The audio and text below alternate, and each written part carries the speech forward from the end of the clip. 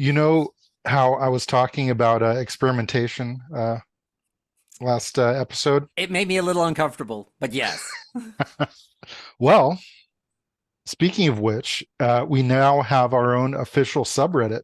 I don't even know what that means. I guess you're not edgy and hip enough, Phil. Anyway, No, it's the thing all the kids are into. So, so we're there too. Yeah, I clicked onto it and I mean I've been on Reddit. I kind yeah. of know what it means. I don't use it. I don't know. I just got on Discord and I don't even want to go Oh, down okay. that rabbit hole. That's my surfing hobby. The local surfers use Discord for meetups and get-togethers and whatnot. And is this called being off topic at this point? Maybe. How do people find our subreddit? Just reddit.com and then /r/ the Watt car. And Oop, boom, there you go. We'll link to it in the show notes. But before that, I'm Phil Royle. I am one of the co-hosts here at the Watt Car. I try to sell T-shirts, thewattcar.com/store, and that helps pay for the education that I received more than 2 decades ago to be an automotive journalist and content creator. And I didn't actually major in this whatsoever. I stumbled into this career as a film major, bizarrely, but I stumbled into this career thanks to Ed, who is also a co-founder and co-creator here. yes, Ed Sanchez, 20 plus years in automotive content creation and moderation. Uh, Currently an automotive electronics industry analyst and co-founder and contributor to the Watt Car blog and podcast. And subreddit creator. And subreddit creator. I'll get you on Discord. Now that I've been on there for, a couple weeks, Okay. I'm totally a pro Discordian. I don't know what I like. Well, Reddit people are called Redditors. I don't know if Discordians or I don't know. Do we sound old at this point? What? I don't know. You actually What all the use kids Reddit. are doing. I use Reddit. I search on Reddit. Like I search Google for Reddit to find Mhm. answers to questions that I've got. I don't actually go to Reddit, but maybe people do. And if they do, go to ours and I don't know, Comment, like, subscribe, whatever it the is you do usual there. spiel. Yeah. That Ed will be responsible for that that part of it. Now, for a couple of weeks, we got really nerdy on charging. We talked to a company. Why am I blanking on the name? Because it was the long. Connect Gilbarco Viger. Yes, Gilbarco Gilbarco Veeder. Vita. Yes, and they are a supplier of fueling devices for like Chevron and Mm-hmm. whatnot. Basically I can't gas remember. pumps. Yeah, gas Yeah. pumps. I don't remember if Chevron was one of their clients or if Yeah. it was Exxon, but it's like 50% of the global market of gas pumps Is is them. Gilbarco Veeder. So we talked to them because they are getting into EV charging with Connect, where they're going Hmm. to basically private label all of their stuff. So we didn't get into who's actually manufacturing the chargers, but the long and the short of it was they Hmm. have got all the contacts at all of the gas stations worldwide. And if you're ever going to have mainstream level 3 charging at existing gas stations, Hmm. it is happening through this company. Yeah. This is like the only way that this is going to happen. Yeah. And so we had them on the show, and that was great. And then we followed Hmm. that up with It's Electric, which is doing curbside charging, different from anybody else. It was bring your own cable, bring your own cord, whatever it Hmm. is, and you plug it from your car into their pedestals, which are beautifully designed pedestals. Hmm. When you compare it to like anything else, it's like hands down, theirs are like Yeah, they're very elegant stainless steel. Yeah. they're not eyesores. Hmm. They are something that sits and fits in the neighborhood in areas where it's more suburban and like they're in New York and that kind Hmm. of area. So continuing on this theme of charging, we have a whole bunch of charging stuff to talk about. Yep. Maybe it's not going to be quite as nerdy as those episodes because we're not going to dig in with the manufacturers, whatever. You and I are just going to discuss it. But this one was ChargePoint, who I love to hate, and you do too, because of their business model. It's just awkward. They do really when you go to a ChargePoint Yeah. charger, it probably isn't owned and operated by ChargePoint. It may be operated by them, but not owned by them. It may Yeah. not be operated by them, but it may have their name on it. Like you don't know what you're getting. And Yeah. it's kind of awkward. But now they're saying they're going to do what? CCS and NACS chargers. So I guess the best way to describe this is basically like a magic dock, but backwards. And that the default connector is going to be CCS1. But if you happen to have a Tesla or an NACS vehicle, which will be coming out in the next couple of years, it will release the NACS adapter. So And is kind that of the just, is that like embedded in like, so I've watched a couple videos on it. So from the looks of things, you pull up, you activate it. The way I activate is through a phone app, and it goes like beep, and then on this particular solution, the screen will flash up and it'll say CCS or NACS. You tap one or the other, and it will release that connector, and then you plug that in. so from the looks of this picture, it's probably CCS and then the NACS. When you click NACS, it just doesn't It releases the disconnect. NACS adapter But it looks like it's with a it. CCS native plug with an NACS adapter on it. And then Yes, if you click CCS, when you pull it out, the NACS part just stays in the yes, pedestal. And if you click NACS, it comes out with the NACS plug, presumably locked tight yes. to I think CCS that's the handle. idea. Yeah. So it makes it nice and big and bulky and heavier than it needs to be. Yeah, but I mean, at least, you don't have to worry about it. I mean, all new Teslas since basically the Model S have come with a J1772 adapter. So most people should have one, but for those that don't, or buy a used one and it doesn't have the adapter, they're not going to be completely up a creek. And I guess they're going to offer this on both level 2 and level 3 chargers. Obviously, it's going to be slightly different because for level 3, it'd be basically CCS1 2 NACs, I'm guessing. But for level 2, it's just J1772 to NACs. But anyway, so basically similar in concept to the Magic Dock, but kind of the other way around. So Is this a little too late? Isn't everybody going to NACS or J3400 or whatever it's called yeah, at this point? I I mean, mean, my wasn't it 20, well, it was 2026 or something, if I remember. Was it 25 or 26? Like Ford, GM, everybody, assuming it all comes to fruition, their cars from that point on will all come native J3400. okay, yes. So let's say 25 to 26 onward, essentially the whole industry in North America is adopting J3400. But for quite a while, I'd say probably at least a good decade, you're going to have a large number of CCS cars on the roads still in operation. So for a while, at least, there's going to need to be the accommodation of both standards, I think. And so I guess that's kind of where they are. part of why maybe this would work is that chargers break, as we've discovered. Hmm. Yes. So by the time, because they'll be phasing this in, Hmm. but then when everything's J3400, are they presuming that these chargers will all be broken and they'll be replacing them?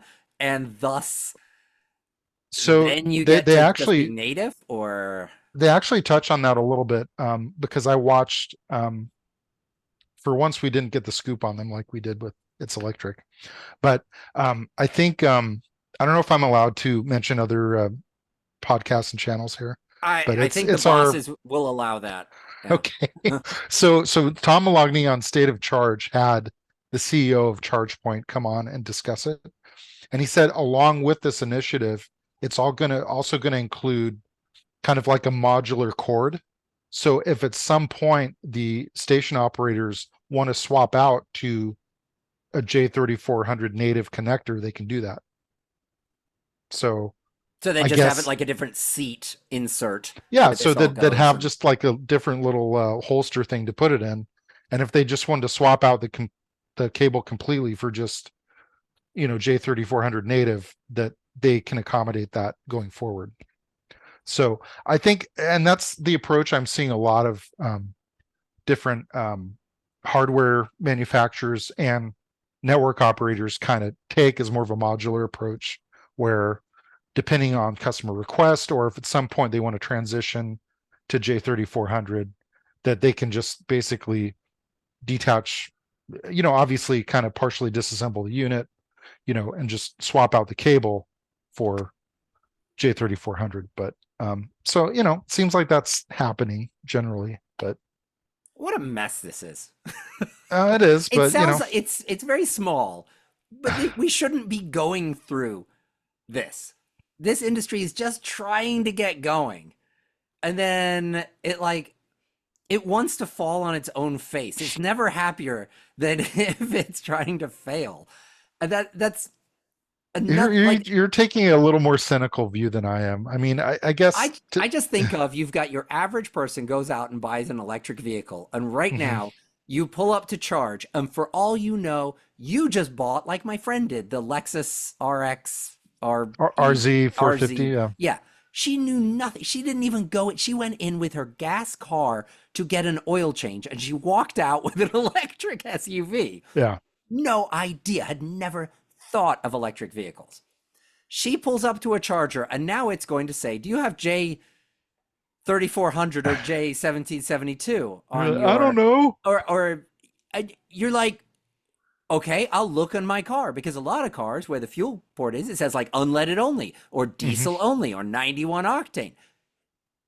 Where does yours say 3400 or NACS? And if you've got 3400, if your car Mhm. said J3400 and the charger says NACS or You're like, Tesla compatible, uh, yeah, what? Like, yeah. this is not There needs easy. yeah, there needs to be some standardization and messaging. Number one, in terminology, whether it's J3400 or NACS, and also the use of Tesla or Tesla compatible. So on that point, to wrap this first point up, the kind of concept video also, in addition to NACS or J1772 or whatever, it also kind of has a little infographic of the plug, like, Yeah, the smiley face inside, whether it's a happy yeah. clown or whatever. Yeah, it has a little icon of basically what the charging in looks like. So I guess the idea is visually you'd be able to identify it and say, oh, I've got this or this. Otherwise known as a So giant mess that we should have been able to avoid at some point. uh so And I would blame Tesla for this, yeah. but Tesla had to go. It was the mid 2000s. They had to go. There was Mhm. Charin was coming up with CCS, and But they they hadn't standardized it yet. hadn't standardized it. It was designed by committee. I get it. I don't Yeah. really know if anybody's to blame, but it's still a mess. And we're Yeah. still having to live through this. And for you and me and the people listening to this podcast, not a big deal. They're like, oh, Phil, it's not a big deal. Literally, my friend went in for an oil change and came out with an electric car and did not know what she was getting. Like, Yeah. loves the vehicle, but And still doesn't go more than a 50-mile radius from yeah, her house, last right? time I talked, still does Yeah. not go more than 50 miles. And it's just people like that then this turns into a nightmare next time they're charging and they go, you know what? Next vehicle is just going to be gas. Yeah. So, well, so continuing on the NACS J3400 topic. Um, so you remember when Rivian unveiled the R2 and the R3, right? I do. That was a fun day. Yeah.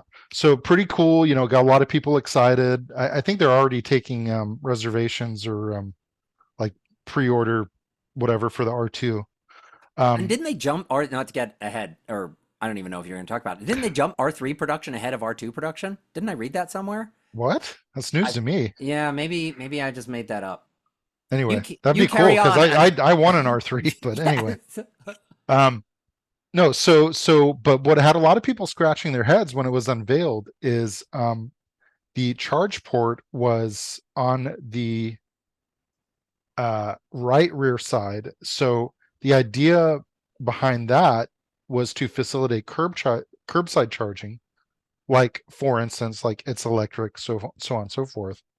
But so the problem that causes when you start trying to integrate into the supercharger network is all Teslas have their charge port on the left rear, the driver's side, and most markets rear side.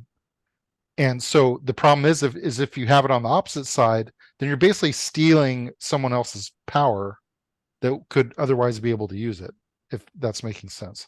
Yeah. Because superchargers have a pretty short cord. So it's not like you can stretch it way out and you can put it wherever. It's like it has just enough length to get to the left rear corner. So I guess Rivian got a lot of feedback from prospective owners saying, hey, this doesn't make much sense. And, you're putting on the wrong side. And if you're going to use superchargers, you want it in the left rear side. And their initial counter to that was, well, we wanted to help facilitate curbside charging. But I guess the angry mobs won out and they said, okay, we're going to put it on the left rear side. So I wonder what the cost difference is of doing dual. Like do fast like charging on the left. like the Taycan. Yeah. Taycan's dual, Do but fast it's charging. only DC on one side. Yeah, well, no, that's what I was going to say. Do fast charging on the left and level 2 on the right. I think on a vehicle like the R1, you could get away with it because it's a higher price vehicle.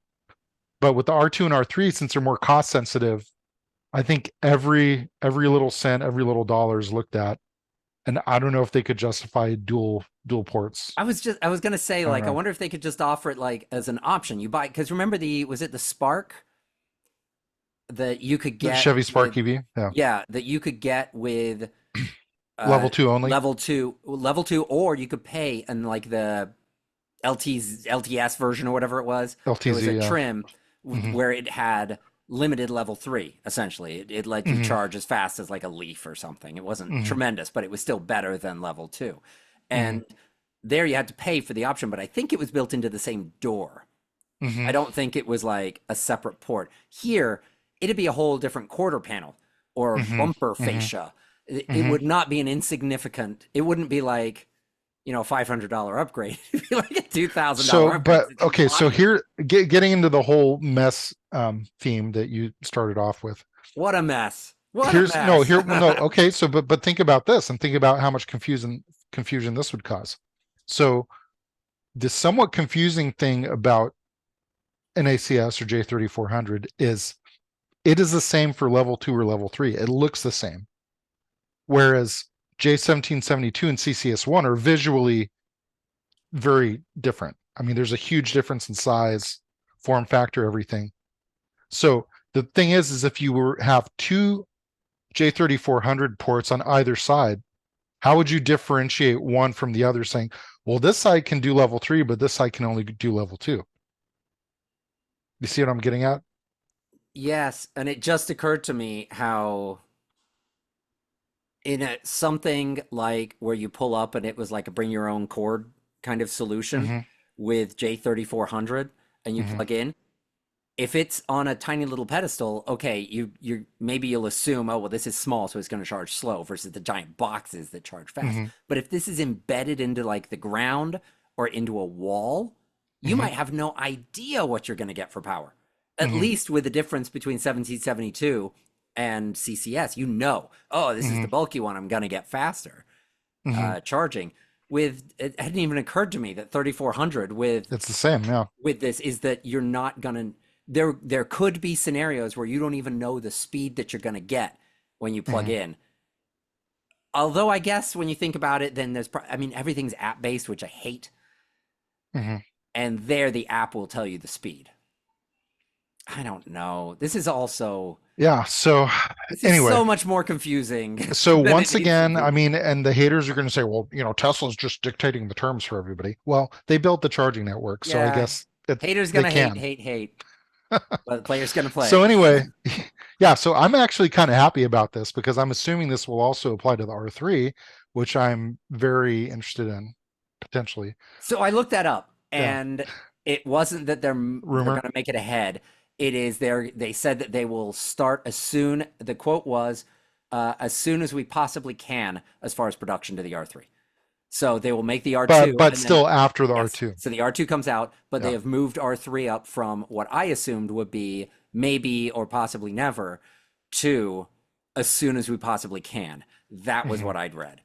Hmm. So it's not going to be before, but I mean, the fact that it's going to be produced is great because I was Yeah. doubting that it was such like a niche kind of vehicle Yeah, that but I think the feeling I'm getting is they've gotten a much stronger response on the R3 than they were expecting.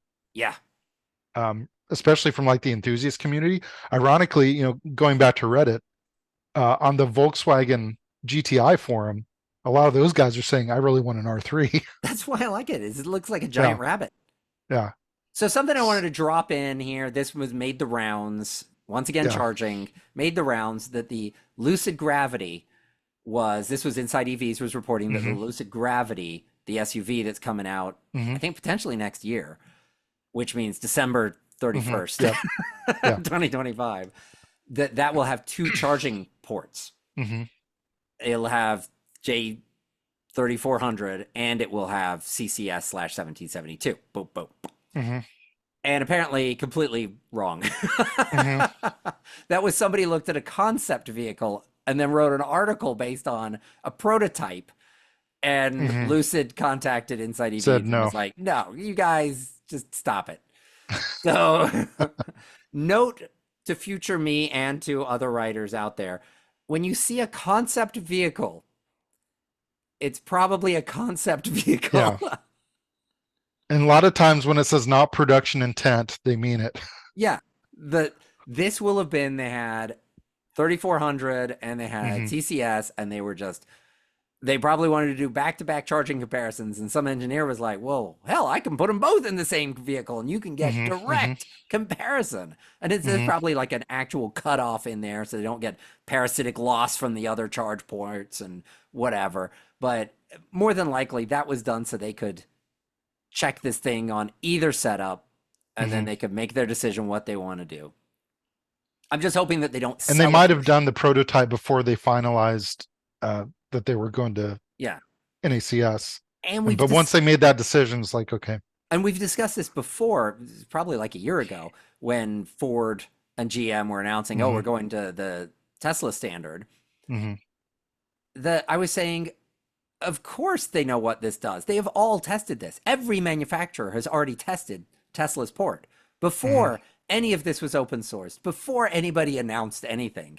How there was that stampede, like Ford announced that we're going to go to NACS, and then GM said we're going to go to NACS, Hmm. and then whoever else it was I think it was third. Honda, Mercedes, Yeah, so on that and so forth. all Yeah. of them, Ford came out, but then after that, it was like week after week after week after week. It was like a month straight of Hmm. manufacturers. And the answer was they all have vehicles like the Gravity. They Hmm. all had vehicles with two ports on them. And they've Hmm. been testing this probably from day one, a Hmm. lot of instances. They probably bought a Tesla, gutted out the charging system, jammed it underneath the hood somewhere. You just couldn't see it. But they Hmm. already knew all of this stuff. Yeah. So I don't know, sad trombone for that. I don't know. I think that's happy trombone. We'll make a happy trombone, whatever that sounds like. Yeah, there we go. Less confusion is what I'm for Yes. at this point. We've got plenty of chargers. I mean, we could always do with more, but Yeah. there's plenty of chargers. There's plenty of EV choices. The prices are actually where people have been like, oh, these things are so expensive. You can buy a Model 3 now in the 30,000s Hmm. after your incentives. Hmm. That the prices are relatively, for the most part, affordable for people who are going to buy new Hmm. cars, which most people Hmm. aren't going to buy new cars anyway. But for the people who were, that Hmm. they're fairly affordable. The bottom has dropped out on the used market, including Hmm. Teslas. So now you Hmm. can actually buy used EVs.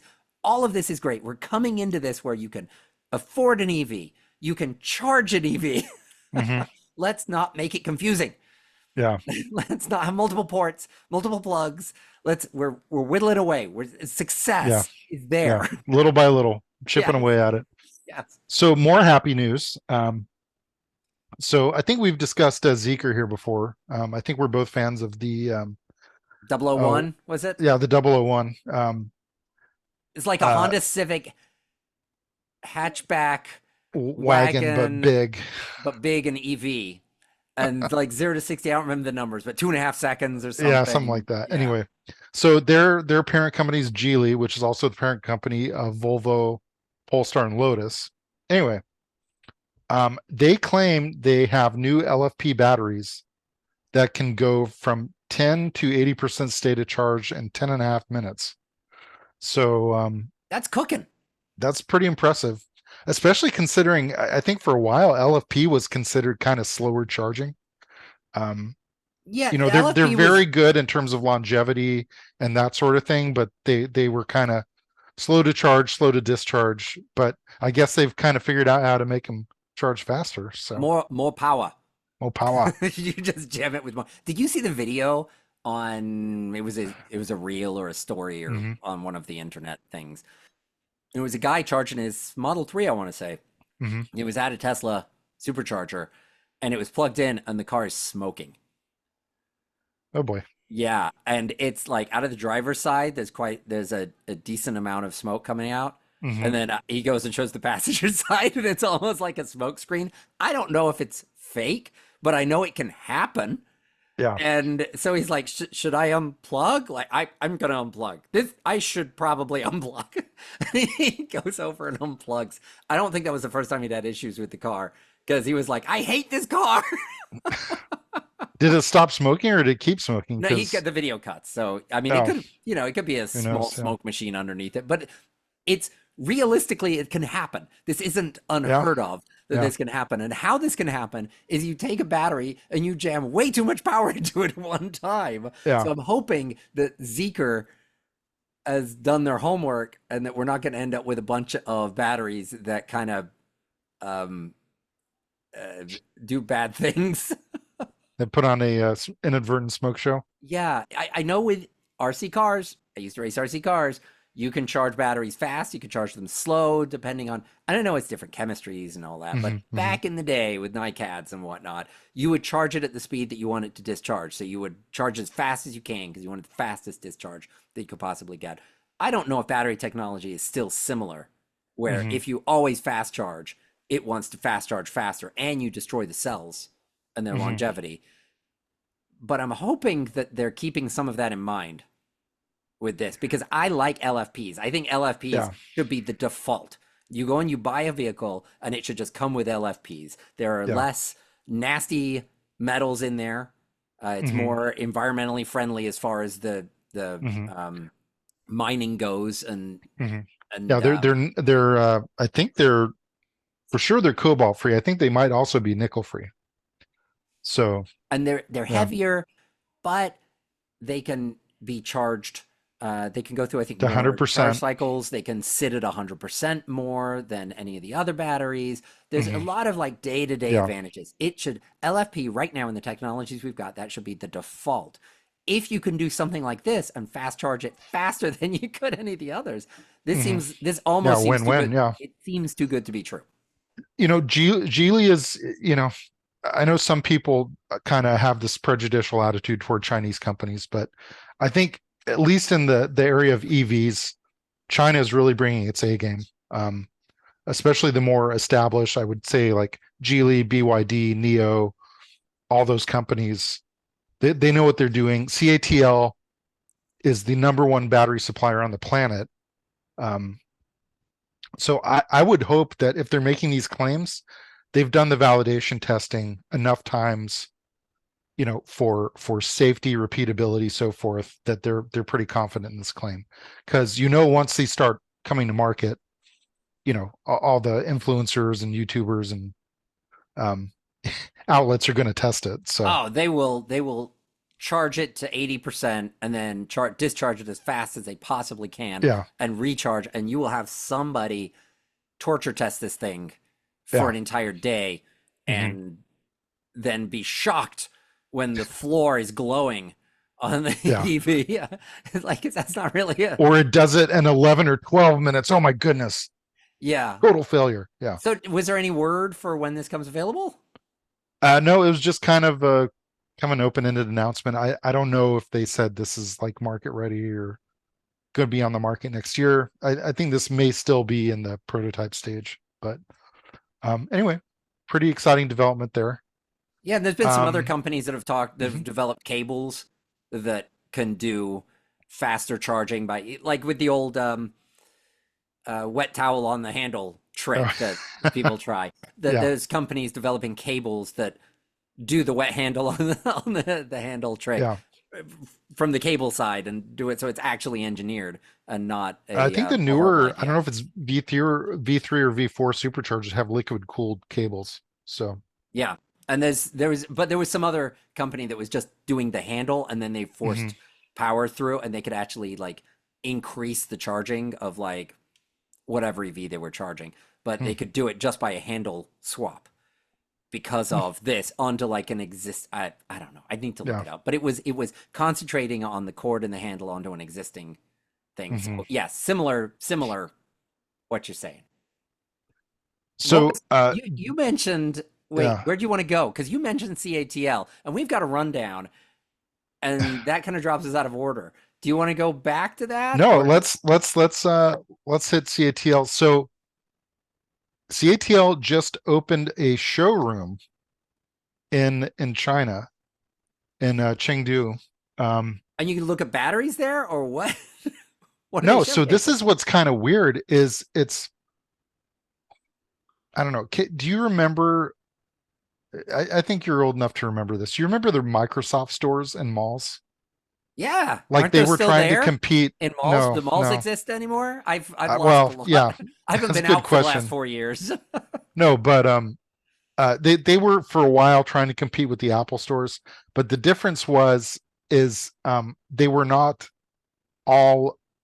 I mean, they all had an association with Microsoft somehow, and that it either had the software or um, it was Xbox or some, but some of them were from different manufacturers, but they all had some sort of tie into Microsoft. So this is kind of a similar concept from CATL in that all of the vehicles in the showroom have their batteries, but they're from all different brands. They have, I guess in the store they have, among other brands, they have Tesla, Volkswagen, and Neo on display. So this is more of a showcase for their technologies, I guess, rather than their brand. Are they going to be selling the cars there? So it's like a car dealership, and you could buy almost any brand that has CATL I think batteries. this might be display only. I don't know if they're actually going to sell them, What a but weird this is thing to kind of do. more of an image thing. Like, hey, look what we do. But if people want to buy it, oh no, you got to go Yeah, 2 blocks down the street and yeah. buy from them. But don't ask for this trim model of that vehicle because that doesn't have our batteries in it. Yeah, As yeah, opposed exactly. Yeah, it's just like I don't entirely understand the concept. I mean, I kind of get that they want to kind of I mean, I guess it's kind of branding in a sense that they want to make people familiar with their brands. I guess to the point where if they go into a Volkswagen or a Tesla showroom, they'll ask, "Oh, does this have the CATL battery?" I because mean, I I always don't know. go into the dealerships and I'm like, well, I'm looking for a car with a Bosch fuel pump. Do you Yeah. have one with a Bosch fuel pump? Because that's what I'm really here for. Yeah. This So, just sounds bizarre. yeah, I don't know. It's is what it is, I guess. Do you like free stuff? Everybody likes free stuff. What about free power?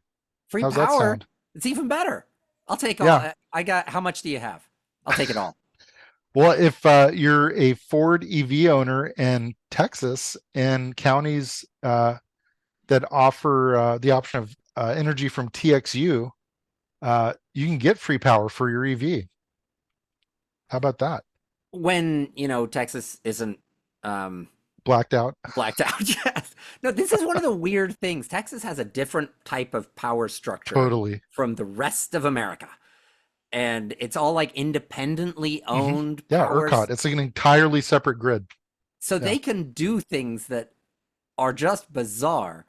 Hmm. And so this is saying you've got a little note here that said participating customers get free, quote unquote, free charging from 7 p.m. to 1 p.m. the following day. So at night Yeah, until the following essentially, yeah. afternoon. Basically, from 1 to 7, you don't get free charging, but every other 1 to 7 uh, during the afternoon, those peak hours of 1 So to like 7, from I dinner guess, time till lunchtime the next day, is when you do get charging. From 1 to 7 p.m., you you do get not free. get. You get You free can get charging, power whenever, but you'll get it yes, for free during that period. from 7 p.m. to 1 p.m. the following day. Yeah. Yes. Uh, and they're doing this so they can steal your information. Yeah, but I mean that's kind of the quid pro quo. They kind of tell you it's like, hey, so in exchange for this, we're gonna do this. What do they want? What information do they want? What are they going to gather from this? I guess it's a trial to uh I mean, they're obviously making money on this somehow. well they're I mean I think they're just gauging usage and kind of they're probably testing like grid balancing and even though this isn't explicitly stated in here, I think this may down the road may have some relation to vehicle to grid, possibly. I mean, again, that's just speculation on my part. But I my would have thought is thought they may be looking at that, you know, going forward. they want your information, they want your data.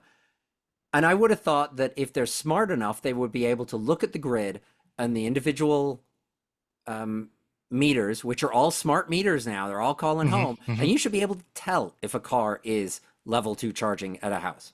You should be able Hmm. to see a constant load and a constant, You would think, like as other things kick in and yeah. kick out, and that it never drops below, you know, 5 Yeah. kilowatts or I whatever mean, it I is. know That's your on my EV. power bill, it gives an hour by hour breakdown. Yeah, I would have thought they'd be smart enough to know to figure this out without Having to offering steal free. people's information, So I'm wondering where they're making the money on this. Unless that technology just costs more than the power itself. possibly. Yeah. There's something going on here. Yeah. Didn't understand the entire value proposition for the utility. I certainly see it for the car owners.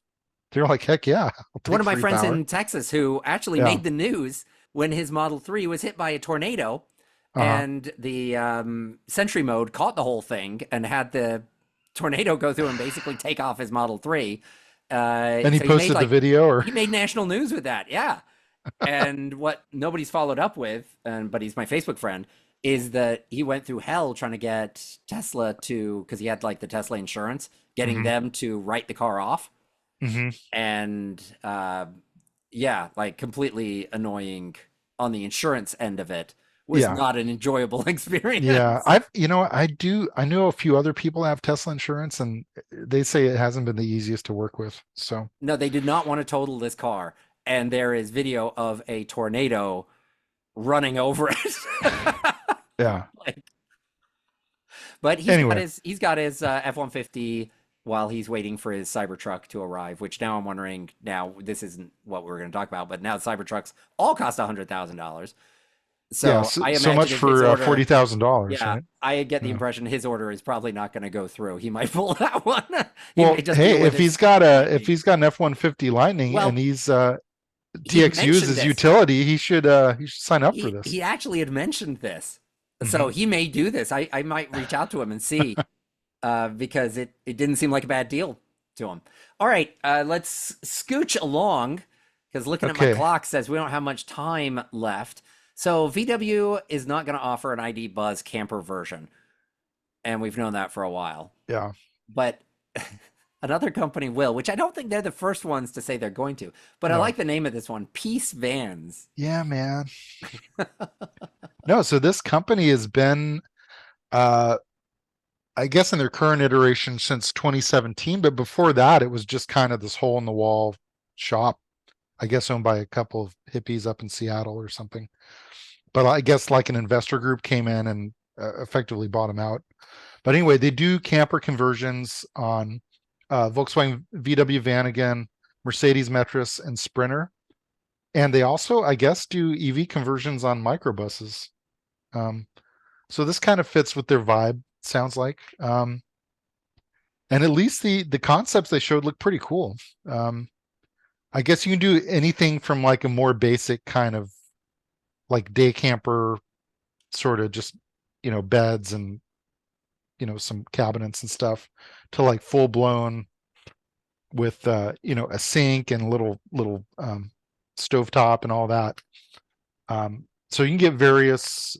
I don't know if the top level one is like 10 grand. Um, so Yeah, yeah, it looks but like mhm. 10,995 for the Buzz Box Sleeper. Hmm. and 79.95 for the Buzz Box, which presumably is the sink and Hmm. whatnot. So that's then you need the vehicle itself, Which which is probably going to be about 60 grand. It's my yeah, guess. Yeah. I would be interested in something. Well, I'm not going to spend that much money in buzzing like this, but if I were, I would be interested in like the Westfalia Yeah. The pop Volkswagens up. that Yeah. has the pop-up roof. There's one down the street from me. Hmm. That is super cool. Yeah. Something like that on this would be pretty awesome. I wonder if there's electronics in the roof that makes it difficult to do pop tops on Mm, EVs because there's cameras everywhere, the sensors everywhere. yeah. I wonder if sawzalling out a hole in the roof is So not. I think maybe the bigger issue now, and this probably wasn't an issue till probably about 12 or 15 years ago, is the side curtain airbags. If Yeah. there is some like sensitivity to that, possibly. So yeah, I don't know. Where there's a will, there's a way, and somebody will do it. So, Uh yeah, that looks cool. I like that. yeah. Not gonna buy one. Doesn't fit my needs. No, but hey, if you Fitting got the money and you're five people in interested, that there for a you go. weekend of camping sounds miserable to me. But if I was just going with my surfboard on the roof, that'd be awesome. That little surfing crash pad. Yeah. All Yeah. right. Last thing, Rimats, your favorite, coming out with something Yes. new. And I mean, for all we know, by the In my time this episode backyard. hits, yeah, you're back here literally like 10 minutes from Yeah, your but I place. don't I don't have the $500 golden ticket, so So they're unveiling this Monterey Car Week. They're unveiling something, and we don't know what that is. It is being revealed online pixel by pixel. They've got 22,000 more pixels to go out of 50,000 pixels. So they're halfway there. But according to my math, this ends, Monterey Car Week ends on Sunday, right? on Sunday. So on the 18th. So there's not much time left. We don't know what this is. There's Hmm. been a lot of like there was an article on Motor One that they said a quote radical new Rimats is coming. Here's your first look. And they use the word radical because that's what Rimats use. They've also used revolutionary, I think, as a word Hmm. since then on their Instagram feed. And no idea what it actually is. I'm guessing based on Another special edition Navera, or you think it's an I actual new car? I wonder if this is so there's a variety of theories out there. One Hmm. of them is a hybrid. It could be a Rimac with the Bugatti drivetrain from whatever that one is that they just unveiled. Tourbillon. Yeah, I wonder if this is more like a design of like the what was that EV that I would say the owl, the Ace Spark Owl? Ace Park Alley, yeah. If it's more of that design, more of a driver forward, electronics backward kind of design, rather than where you're sitting with something that looks like a more traditional, like a Ferrari kind of thing. There's Hmm. ones that look like Le Mans prototypes, Hmm. like the Ace Spark Owl, and they're revealing this thing pixel by pixel, and that's where my mind goes. But the problem is when you see something, your mind makes it into what you already know. Hmm. And it's why you can look up at clouds and you can see, oh, there's a horse. It's not a horse, it's a cloud. Hmm. But my mind makes it into a horse because there's a term for it. Where you make it into something you know. And that's what I feel like is happening to my brain Hmm. when I look at these pixels as they're being unveiled. So I'm not, I have no idea. Anthropomorphism, I think. Yeah, I think so. Anyway, something like that. So what do you have any thoughts or are you just going to sit and wait? I have no idea. I mean, my guess it's either special edition of the Navera of some sort, or uh some variant of the of Vern, maybe. I don't know. Maybe like a four-seat Vern with the A Vern supercar? or it's got a Vern with a little champagne cooler in the center console, or I don't know. Yeah, What do you think? I'm lost at this. I don't know because they've erased their Instagram page. It's just previews of this. They have changed their link so it just goes to this. They are all in on this thing. So the Vern came and went. The Vern was their autonomous little Johnny cab Quad. that came Yeah. out. And now they've erased everything. And this is radical. This is revolutionary. Hmm. So I'm, and I don't, so part of me thinks that this is like a prototype, like Le Mans prototype EV or hybrid something. I know what I wish it would be. But I don't think it is based on if this is radical and revolutionary. That's not radical or revolutionary. That's just copying what other people are doing. So then I start wondering, maybe is this like solar powered? Is this like a long distance runner? So what are you thinking? I know what I, like I said, I know what I hope it'd be. My hope, and I don't think this will be the case. My hope is it will be a, now relatively speaking, I was going to say compared to 2.5 million, a lower cost sports car. I'm thinking maybe in the neighborhood of 100 to 150,000, almost like, I don't know, like a Lotus Elise Or the I mean, Zeeker 001. well, I mean, that'd be cool if there's a Rimax wagon, but yeah. No, but something a little more attainable than 2.5 million. Um, you know, some along those lines. My guess is probably not, but I guess we'll find out on Sunday. So, There could also be that this is a supercar that is also going to beat Lucid on its 5 miles per kilowatt hour oh, so you're thinking like a record. hyper efficient Hyper car. efficient supercar. That would be All radical and right. revolutionary. Something that kind of looks like a Le Mans prototype. So you got the Mm-hmm. aerodynamics and the efficiencies there. And then, and it's only a two-seater, so you Mm-hmm. can weigh less Mm-hmm. and then get down to like, you know, 5 miles per kilowatt hour or something. Beat 5, 6, 7, whatever it is. Beat Lucid Mm-hmm. and actually sell it. You know, So you're Mercedes thinking had like a theirs. production, like a street car, not a race car. Yeah, yeah, yeah. Like Mercedes, I can't remember what their little C-Class wannabe thing was, their long tail that they had, but that one was Oh yeah, incredibly efficient, yeah, but yeah. they're not making it. Mm-hmm. So what if Lucid said, okay, we're going to make this, and here it's $120,000 and it Mm-hmm. gets 7 miles per kilowatt hour. We're better than Lucid. I wonder if they're Mm-hmm. chasing Lucid at this point. And that'd be great. That'd be a feather in the Mm-hmm. cap for Lucid. If you've got Rimats chasing you for Mm-hmm. efficiency, I think Mm-hmm. that's a great sign. Do you want to call that a day? I want to call that a day because Yeah. I don't know if you can hear it on the microphone, but in the other room, I got kids that are screaming and none of them understand that the podcast takes priority. Uh, so maybe one day they'll understand. I'll make them listen to this episode where I explain to them that Okay. I'm just going to lock them out and record the podcast. Everything we talked about, there will be notes embedded into the podcast. And also online on thewalkcar.com, we also post the podcast there, and all of the links will be there. We're also available on all the social medias where you can tag us or whatever you want to do. You can email us at hello@thewalkcar.com. And then once you've done that, go to thewalkcar.com/store and purchase a t-shirt. They go back to hello@thewalkcar.com and email us and let us know that you And after you're done with that, go to Reddit go to and comment on the episode links in our subreddit. So it all comes together.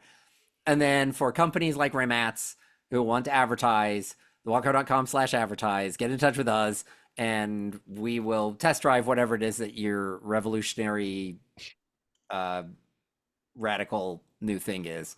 And I can't wait till next week to find out how wrong we were. Me neither. Yep. I'll talk to you next week. Next week.